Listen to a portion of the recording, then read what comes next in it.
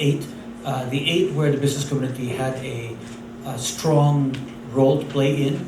So for the Philippines, because the utility businesses are basically privatized, we needed to organize each sector. So we had power, water, telecom, and infrastructure, but we also added food and non-food supplies, finance and insurance, search and rescue and medical, logistics, and so we completed the eight. The list is a little fine, the print, but those are the companies that we have working with us. So we have about 100 companies in the network.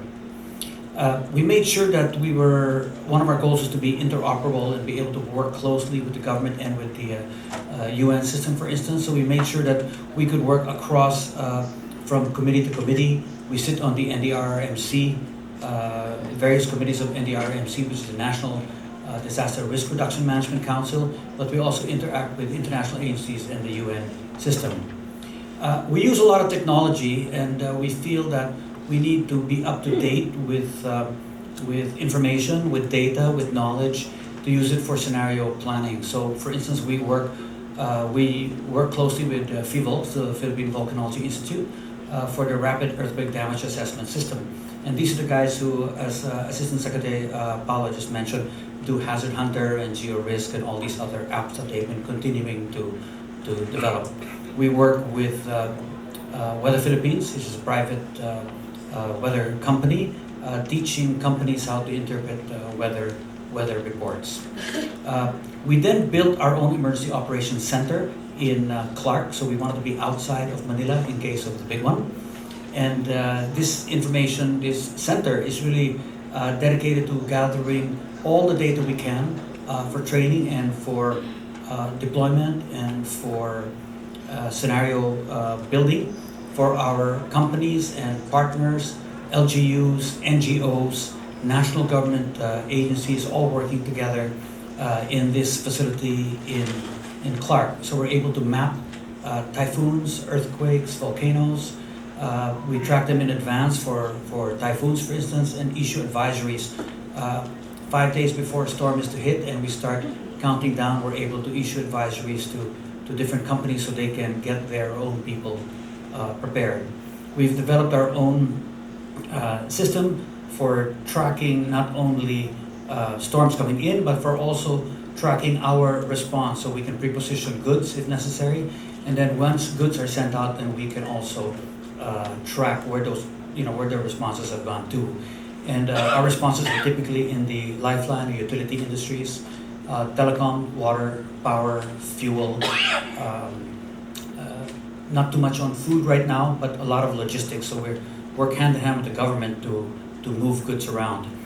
This is just some examples of where we are in 2019 so far as our activations and activities are concerned. So you can see we're very active. The Philippines is very active in terms of hazards and natural calamities. We have some major response efforts dating back several years, but I'll give you the last 2 years. And as we speak, we have a major operation going on right now in Mindanao, following the 2 earthquakes last week of 6+ magnitude for both earthquakes. So we depend a lot on data to prepare people to reduce their exposure to risk. Moving forward, we're looking at things like catastrophe bonds, which APEC Business Advisory Council is working on with various governments, including the Philippine government, to try to thresh out what we can do together to create a catastrophe bond, not only for the Philippines, but actually for the Asian side of APEC. So similar to what's happening already with the Pacific Alliance with Mexico, Colombia, Chile, and Peru. So kind of studying that model to see how it applies to the Philippines. Thank you very much.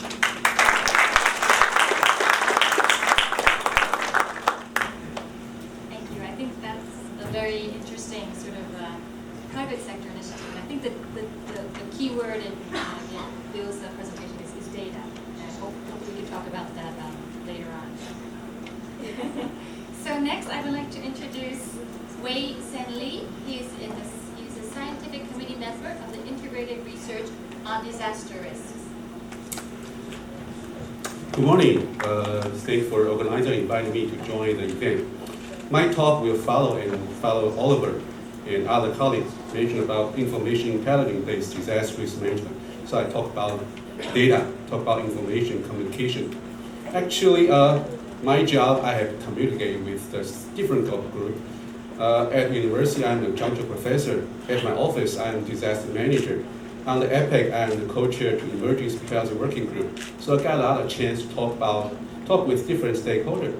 Actually, from my office point of view, we try to think how we make science and technology for action, especially for disaster risk management. At the few years implementation, we think only science and technology, of course, we have scientific models, but those models have limitation. We never had a perfect model. We never had a perfect forecast. So in recent years, we add another element, real-time monitoring, including a lot of sensors like rain gauge data, thermometers, even the water level gauge, and also the CCTV camera. In my office, we include over 16,000 CCTV cameras, so we can observe what happened outside. But recent years, we also think about some input from the social media. But if we have so many collections of data and also about the models, but we need have influence on decision maker. So in recent years, we also think about how we work with decision maker to bring in-time operation. So this is how we think science should bring like knowledge, like scenario, risk, and evaluation to help decision maker to understand situation. So we not talk very scientifically. So this is our model. We emphasize impact assessments is very important thing. We never talk about risk recently because talking about risk to decision maker, they cannot understand what is meant by risk. We try to visualize it, so we turn into impact. Like typhoon, we might have the wind, we might have problem of rain. About the wind, we had storm surge, we had wind damage. About the rain, we had torrential rain with mudslide or the landslide. But very important thing, we have informed emergency responder about when, where, scale, and scope of impact. Based on information, they can do some deployment. They can have trust in science and technology. So this is the job for a scientist to learn how we speak decision-maker language instead of telling a lot of report, telling a lot of the parameters. So we also learn one thing very important about information. First of all, we think we need a cloud system to integrate every system. So right now at my office, we try to integrate one system to help a lot of government agencies. It's a very important thing because we learn a lot of problems because we don't have the common operational pictures. Without the kind of pictures, a lot of government agencies cannot speak on the same page. That means everyone cannot have good coordination. The last one, how we help decision makers to good decision. So this is my office model. Currently, we collect data, big data set, over 400 and more data set from 40 government agencies, free. They share with free. Of course, we can use those data for the publication, journal paper. But our idea is why not we bring action, especially applications. So for this picture, actually, I compare my office like Grab or Airbnb. My office, we don't maintain or any hardware, especially like sensors, or sensor installed by other government agencies. But we have information. We make use of information because we have information intelligence. We do the business. So it's a new model for a disaster management agency to think about how we make best use of information systems. So we call it kind of N-to-1 and one-to-many models. That means we collect any kind of the data sources, maybe traditional one, even non-traditional one, like from social media. But most importantly, through my office, we try to design what is true demand from the user end. For example, you show on the map, you see the network there. Maybe one end represents rain gauge data, but for a citizen, for a decision maker, even the same data of rain gauge, they need different information intelligence to action.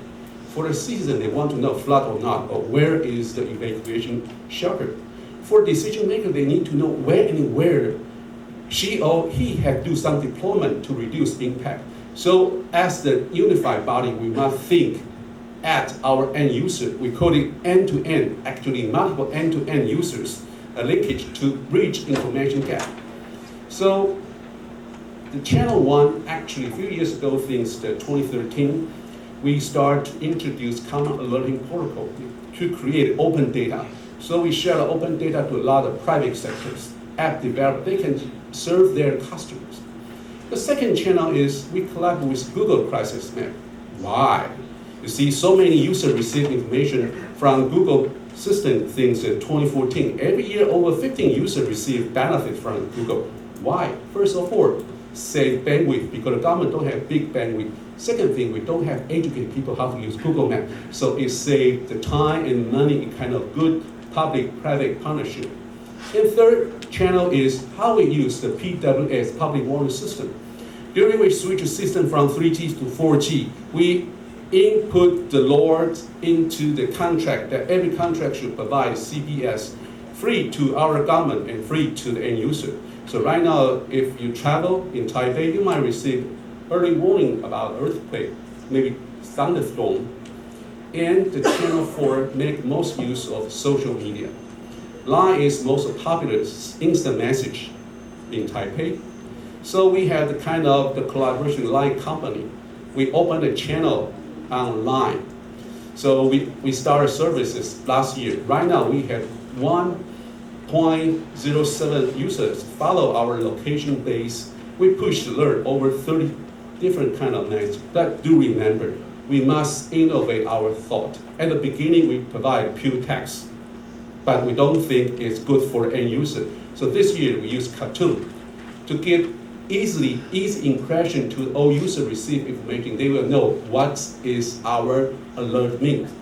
So last slide actually kind of great summary about how we use science and technology to innovate disaster risk management. 15 years ago, when I joined the business as a disaster manager, of course, it got a lot of imagination when I first joined EOC. I think very complicated system, a lot of monitor, a lot of dashboard, like I can reading. But however, I was disappointed. It's very traditional one. Still paper map, still receive message from the fax. That's his experience, that especially in 2004, only emergency responder took the lead in EOC. We don't have a lot of space to work in EOC because they think we talk too scientific. Since we use the science and technology and data to change the management, so they increase their risk understanding, so they love us. So scientists have the room in EOC, but we don't think that is enough. We must satisfy uncertainty during emergency management. So for this phase, we call it information phase. We must provide information intelligence for action. For this phase, we also include general public. We also embrace the trend of big data. And most important thing, we emphasize impact-based preparedness to solve the problem in advance. So this is some sharing about how we make use of science and technology for disaster risk management. Thank you very much.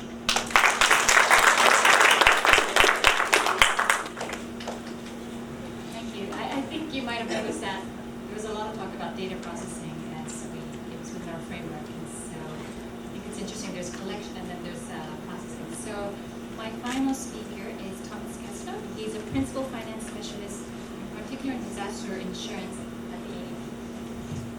Good morning, everybody. Good morning, everybody.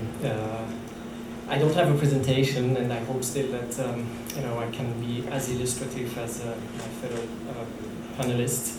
I was really impressed about how you were showcasing innovation and technology, and I also would like to take the opportunity to thank to OECD and Vivid for our cooperation. I think this is a very complex and very broad theme, and you have enabled actually to really systematize it and to show where innovation can be applied. So what I would like to do is to take a step back, and I would like to show, well, what is disaster risk management approach within ADB, and then how in this approach innovation is applied.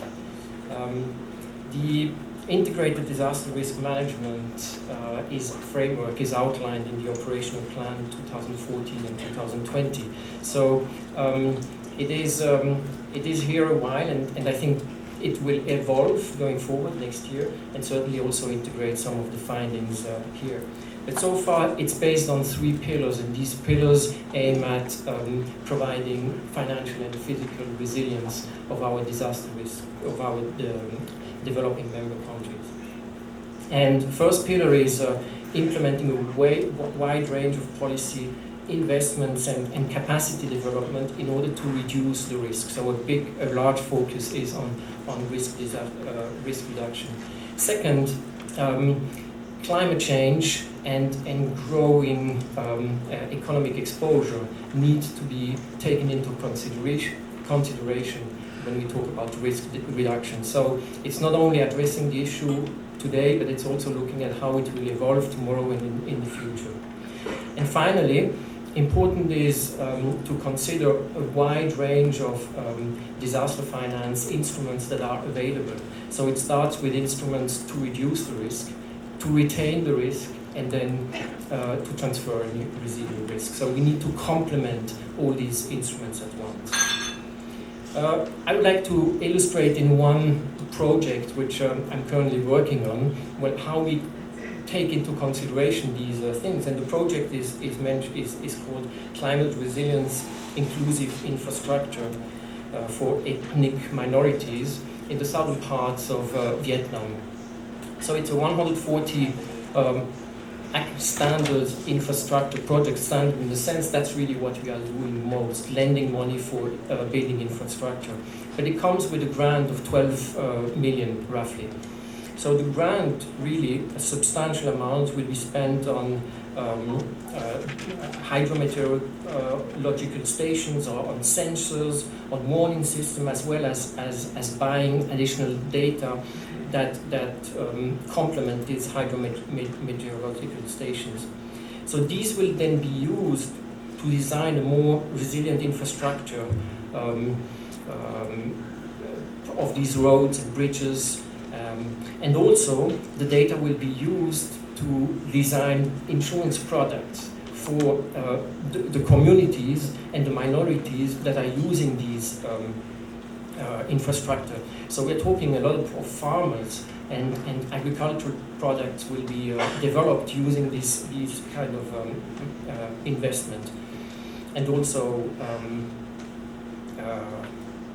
I forgot about it.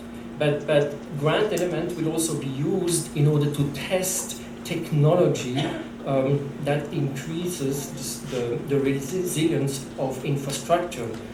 One example concretely here is roads across mountains. And we found that, it's not sustainable to build these roads and to make them resilient to weather change. So why not build a tunnel? Now you would say technology to build a tunnel is nothing innovative, but in Vietnam it is actually. There's no tunnel. This is, I think, one tunnel. So this grant will allow some comfort to use technology also on infrastructure. Now, time is running, and I still wanted to say quite a lot. I mean, in our ADB operation, climate change has been fully integrated, and every project is screened for climate change impact. And we rate them low, medium, and high. And any project that is medium or high will be assessed what kind of technical and economic adaptation measures can improve that project. And such feasibility studies are implemented across the operations. Also, the use of satellite-based information and geospatial mapping has been fully integrated. So we have the chance to have entered a cooperation with JAXA, the Japanese Aerospace Exploration Agency, as well as with ESA, the European Space Agency. And we have some two great experts, and one of them I see here, Paolo, who has been seconded. The other one is Ko Hamnoto. I don't think I've seen him, but they have been seconded, and they help us to use space data and information. I give you a few examples how this work fits into our project. So, for instance, it is used to improve resilience to flood in Calcutta, or design embankments walls of Cambodia. It has been used for the rehabilitation work of the city of Palu, Indonesia, after the tsunami. It also is used to identify landslide risk to irrigation infrastructure in Bhutan. Excuse me. Then, as we heard, disaster insurance is an area we would like to push. So such information helps us to design agriculture-related insurance projects based on rice yields and other weather index parameters. So another step going forward is using the expertise of the disaster insurance industry in terms of modeling, CAT modeling tools. So that would be a step going forward in order to better understand risk, or the impact of risk, as Wei clearly said. So how do we calculate the economic impact, but also how do we calculate the losses, the life lost, exposed, and also what is productivity loss because people are affected by disasters. So these models help us to better understand that risk, but not only to understand it, also to understand what is the impact, the economic impact that disaster risk reduction measures will bring. And so it will make investment into such measures more incentivizing, and not only the investors but also the borrowers, will understand the need of going into that area. I will stop here by saying that technology and innovation is important, but it needs to be embraced in a multidisciplinary approach involving all relevant stakeholders. So it's the public sector working together with the private sector. I think academia is an important stakeholder not present here. But then it's about leveraging funds and multilateral platforms. And I think the MDBs like ADB can bring them all together. And hopefully in the following I will be able to explain a little bit more and to bring some more examples. Thanks very much for your attention.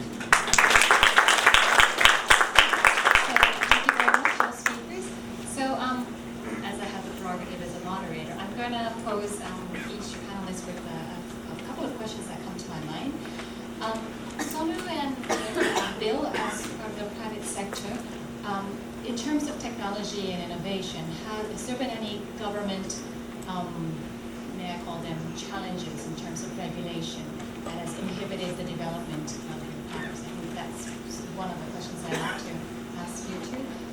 Paula, I want to ask whether how in Philippines technology and innovation, how it has been incorporated in terms of your strategies for disaster resilience.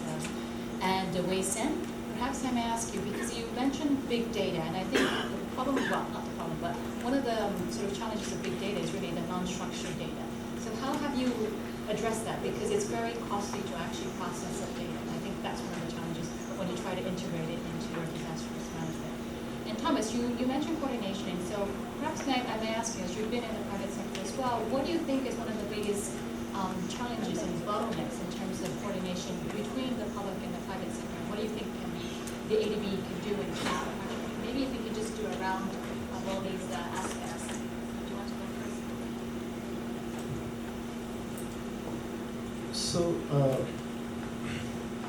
So regulations and government policies do play a very important role. So in India, for example, I found that the work done by government on documenting the KYC, the customer details of each farmer, and the development of the digitalization of land records has played a very important role in for us, has helped us in developing more precise crop insurance or disaster management products. So the government policies and initiatives do play a very important role. On the other side, I would say the insurance regulations have to catch up a bit, and that inhibits the development of new products.